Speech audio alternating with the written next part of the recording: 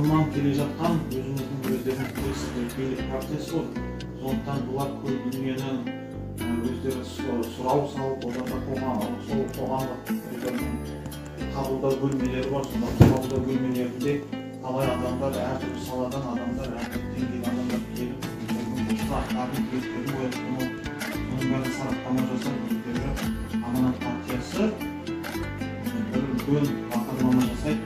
Енді міне осы мәслихат пен мәжіліс сайлауына осы Аманат партиясы да түсіп отыр. Сондықтан енді өздерінің бағдарламасы бар, жаңағы 10 қадамы бар. 10 қадамның ішіне сол әртүрлі сала кірген, жаңағы қандай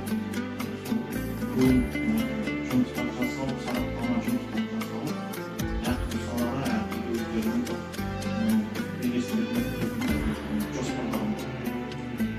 оның ішінде мысалы бірінші біз 10 қадамның бағыттары айтатын болсақ, бірінші тұрмыс тіршілікті түзету, екінші қамқорлықты күшейту, медицина бар, білім бар, ғылым бар, өндіріс бар, отандық өндіріс бар, оның ішінде тағы да кейін жүзе береді ары қарай жастар саясаты бар, ауыл бар, ауылға барамыз деген, ауылды қорғау деген, одан кейін ортаны қорғау, қоршаған ортаны қорғау.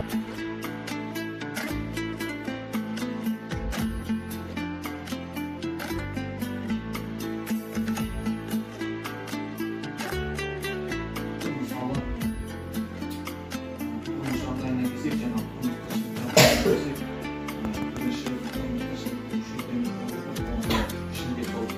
еңбекпен қамту мәселесі, және оның ішінде зейнеткерлік